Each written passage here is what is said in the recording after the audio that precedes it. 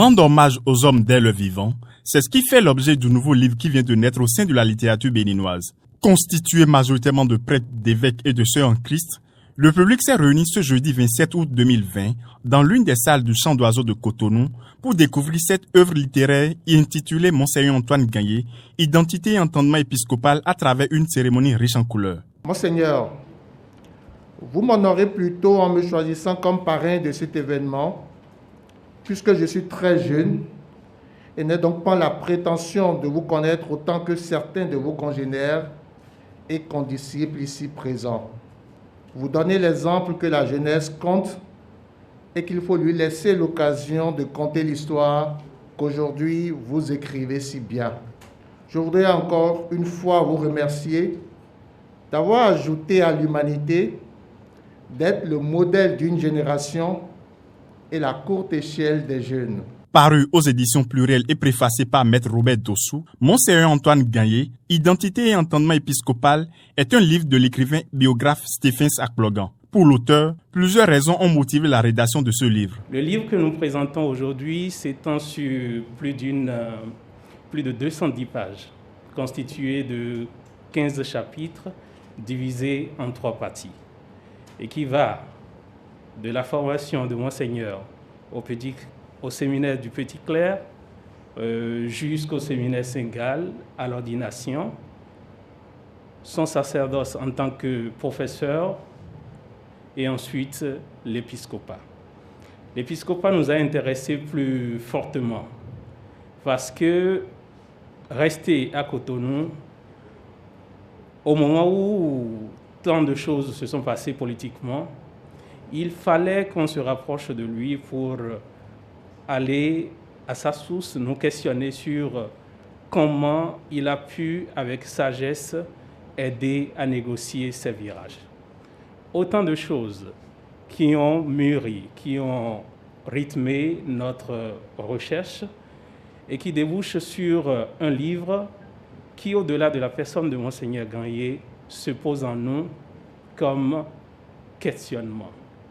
Le prêtre dans la cité doit-il se cantonner à la chose religieuse ou est-il dans la société pour apporter sa contribution à la maturation du processus qui conduit à l'éclosion des valeurs? Pour mieux enrichir cette soirée, une table ronde a été organisée et animée par des personnalités bien averties. Ayant pour thème mendiant du ciel et veilleur de la cité, cet échange a pour but de permettre à chaque invité de partager avec le public la nature des relations qu'il a eues avec Monseigneur Antoine Gagné et à apprécier l'œuvre de l'écrivain. Le style utilisé par Stephens Akplogan est particulier, m'a séduit, m'a intrigué, m'a interpellé. Il a cerné la personnalité de Monseigneur Antoine Gagné. Il a recueilli des témoignages, puis il l'a mis dans une musique littéraire spécifique. Il y a des traits qu'il relève chez Monseigneur et qu'il met sous une citation d'un autre auteur. Et il n'a pas cité moins de 41 auteurs différents, les auteurs de toutes spécialités. C'est très bien, ça m'a plu.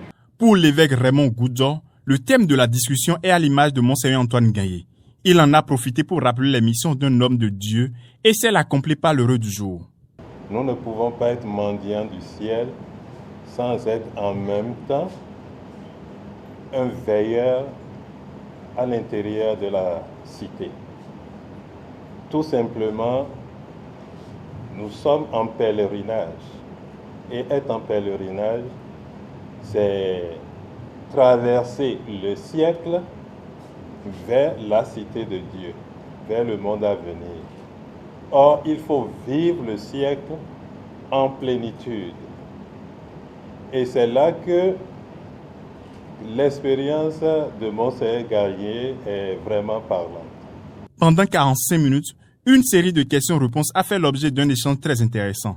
Le prêtre est celui qui reste au sein de la communauté pour chaque fois l'amener à tourner son regard vers le ciel.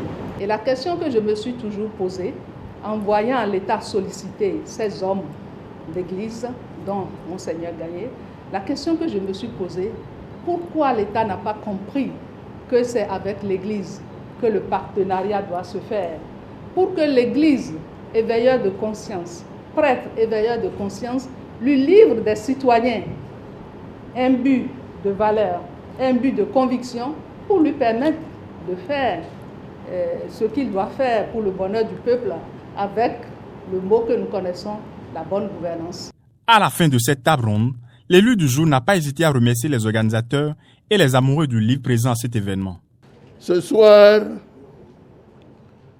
je me suis senti interpellé à nouveau. Je me suis senti capable de renouveler mon engagement. Mon engagement qui consiste à donner de la valeur aux valeurs. La valeur aux valeurs. Et la valeur la plus importante à laquelle il faut donner de la valeur, c'est la vérité. Mon message à mon pays et à toute l'Afrique, c'est que nous cultivions la vérité, que nous soignions l'ami de la vérité. Et c'est à ce prix que nous pouvons construire durablement. Dans une ambiance conviviale, la fin de cette cérémonie de lancement a été marquée par la vente du livre.